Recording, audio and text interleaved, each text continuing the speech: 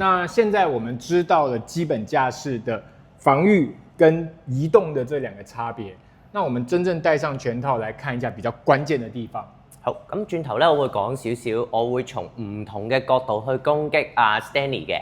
咁當然唔會係真打啦，咁只係我會呈現用唔同嘅動作去呈現俾大家睇，其實個重心應該要點樣去處理，無論係前啦、後啦，甚至乎左右啦。咁又會睇一睇 Stanley 嘅錯誤示範，就係如果佢唔將個重心做好，會發生咩事咧？咁我哋先簡單從直拳直線嘅攻擊開始啦，係最簡單直線嘅攻擊。如果 Stanley 隻腳冇做好嘅時候，我哋會發生咩事？我哋試下向前推，佢會向後啦，係啊，佢會向後嘅。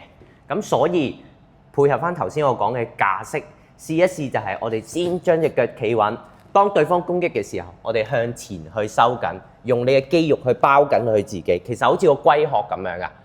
包實嘅自己嘅時候，隻手盡量喺個頭前面，咁就已經減低咗好多一個 impact 嘅傷害同埋一個衝擊力嚇。其實減數嘅啫，我覺得。所以你試下將所有嘅肌肉去保護你自己個頭，係啊，試一試咯。向前推嘅時候，你會見到 Stanley 其實好穩嘅，當然唔需要用好大力去打，已經呈現到個感覺啊！大家可以慢慢去再睇一次，或者 Stanley 你向前接嘅時候耐少少個感覺，係啊，你會發現其實對方我推佢嘅時候，佢可以向前去收緊啦。點解？因為個重心向前收緊嘅時候，佢可以隨時預備再反擊咯，因為佢重心已經冇俾我撥開。冇錯啦，我打完佢之後，佢穩咗啦，可以即刻反擊嘅。然後第二個方向，咁我講少少左右嘅方向啦，一樣啦。如果佢重心冇企好，我打左右嘅時候，好容易俾我就撥開側筋啦，係啦，會撥開側筋啦。咁如果企穩咧，企穩嘅時候又會發生咩事咧？冇錯，咁嘅基礎嚟講就係可以由直線啦、左右啦。咁而家我講埋唔同嘅角度咯喎。咁有陣時可能打 body 嘅時候，頭先我咪話隻手踭要點樣保護個身體嘅。咁你話大家可以喺右邊嘅時候睇一睇 Stanley 嘅重心嘅個手踭咯喎。咁如果我打右邊嘅時候 ，Stanley 嗰一下沉低落去攞好個重心，其實已經擋到90成嘅 body 嘅攻擊咯喎，擋到90成 body 嘅攻擊咯喎。好，咁如果我對方打中間咧，中間又可以點擋啊？我哋個手踭稍微收窄少少，其實就已經擋到嘅咯喎。咁所以如果對方打 body 再打到個中間嘅時候，其實就即係坐低左右少少，然後中間嘅時候收窄咯喎。咁即係示範下就係左右中間啦，左右中間啦。咁 Stanley 做得好好嘅位就係，你會見到即使我打佢身啦，其實佢個頭都係擋緊㗎。佢冇話隻手要跌落嚟喎，好似頭先我咁講。如果佢手喺個下巴度咧，咁咪俾人打到額頭啦。咁其實就係已經一個好好嘅防守啦。好，所以在這個基本的防守架勢裡面，很重要的一點是你必須把這個盾牌穩穩的把自己的上半身保護好，不要變成這樣去擋，這樣去擋。那因為你在這邊很可能被人家騙到，然後一個拳頭就上來了。所以我們是保持在這個位置上面，利用高低你的腰碼來做這件事情。我們知道了基本的這個 block 保護自己的架勢，那可是我要怎麼樣跟我的同伴練習才是最有效的練習方式？好，咁我喺鏡頭前面同大家講少少一啲嘅基本嘅概念啦。咁我哋最基本，我哋同唔同嘅學生，因為唔同學生有唔同目標。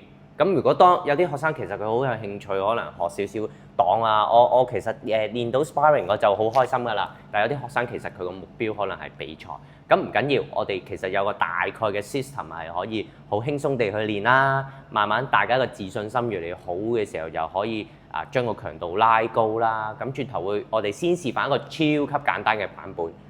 咁我哋先學識咗之前出嘅直拳啦、勾拳、upper 嘅時候，又可以點做咧？我哋先可以揾一個空間，企翻好大家嘅 boxing stand 先。咁然後我哋會互相擋住啦。咁然後對方會先打兩拳。咁簡單少少先啦，打兩拳隨機嘅。咁即係 Stanley 可以打佢識嘅直拳、勾拳、upper 啦。咁我哋就全部擋個頭、擋個身，盡量用2分力左右。咁我哋會示範下咩為之2分力咯喎。咁 Stanley 你會試下打先㗎。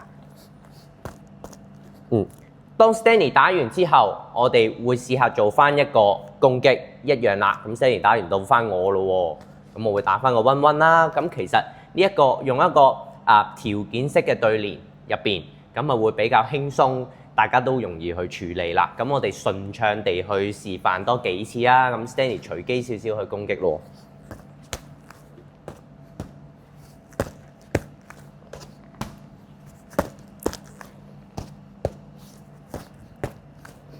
好，最後一次。好啦，咁大家應該會輕鬆地呈現到俾大家睇下，其實我哋做緊乜嘢咯喎。咁我再講多少少。頭先其實我哋用嘅力度，大家可以回帶翻去望一望㗎。盡量會令到大家唔會緊張，唔會驚嘅。咁你同你個 partner 練嘅時候，就希望大家可以因為安全嘅理由就陪翻大家一齊練啦。當然我哋依家示範就冇戴牙膠住啦。咁但係記住，大家練嘅時候都要戴翻牙膠，甚至乎裝備啦。咁然後你會見到其實頭先我哋擋嘅時候當然唔緊張啦。第二樣嘢就係可能眼神要望住對方嘅，咁你要知道隨時對方幾時攻擊啊。其實我哋就係訓練呢一種本能反應啦。所以其實我們在練習的時候，一開始抓好架勢，抓好距離，把力道調到最輕，目的其實是為了讓你把位置還有身體的感覺掌握好，降低不必要的緊張的情緒。我哋嘅學生目標係可能比賽喎，我想打 sparring， 我想打好嘅 sparring， 或者甚至乎我要比賽嘅。咁當我哋嘅學生所有基本功可能個下巴耷低啦，隻手要擋得好啦，眼要有 eye contact 嘅時候，咁我哋可以做咩啊？佢嘅信心大咗嘅時候，我哋就可以試下加嘅強度落強，可以用一個最簡單嘅方式去呈現，即係話如果 Stanley 淨係打兩拳嘅情況下，佢會加少少力。加少少速度，我哋用4分力左右。4分力係乜嘢概念啊？咁我哋會依家示範下啦。咁都係會 Stanley 打先嘅，試下咯。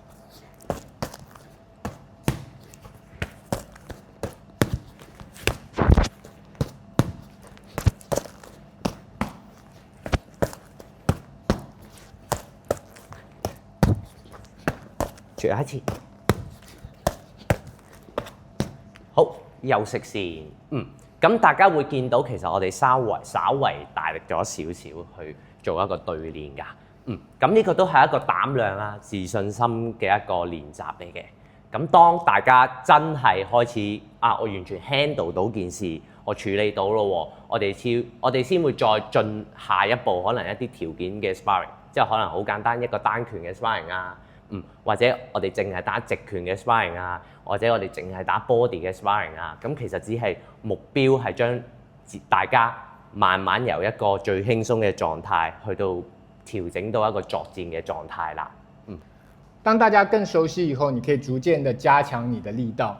那所謂的加強力道，非常重要的一點是，不要用你的肩膀跟手去加強力道，試着用全身的移動來逐漸的加強力道。所以我們先從2成、4成、6成，大概也就這樣就好。我們不要去追求最大的力量去承受。然後我會補充一點，就是說好多學生呢，其實會話咦，其實對方有陣時好大力喎，其實可以溝通一下。對，係，因為我哋大家都係一個個體嚟嘅。咁你覺得今日狀態唔好，唔係話你渣，你去諗下自己今日有陣時可能會唔舒服。今日未必有力，甚至乎你將來比賽減磅，你遇好多手軟腳軟嘅情況嘅時候，我哋更加要識保護自己同學識點樣練。你覺得今日狀態唔係幾好嘅，其實你同 partner 去溝通下，我哋細力少少練啦，亦都係一個練習啊。咁所以將來我哋會再講多少少嘅，但個概念係咁樣啦。最緊要安全先。有時候你的2成力跟他的2成力可能是完全不一樣的感覺，記得。不管這個同伴是你很熟悉的或不熟悉的同學，你應該都要充分的跟對方溝通，都要充分的與對方了解之後再進行練習。這個其實我們可以說是在任何一種格鬥運動裡面，你都要先掌握的一個基本態度。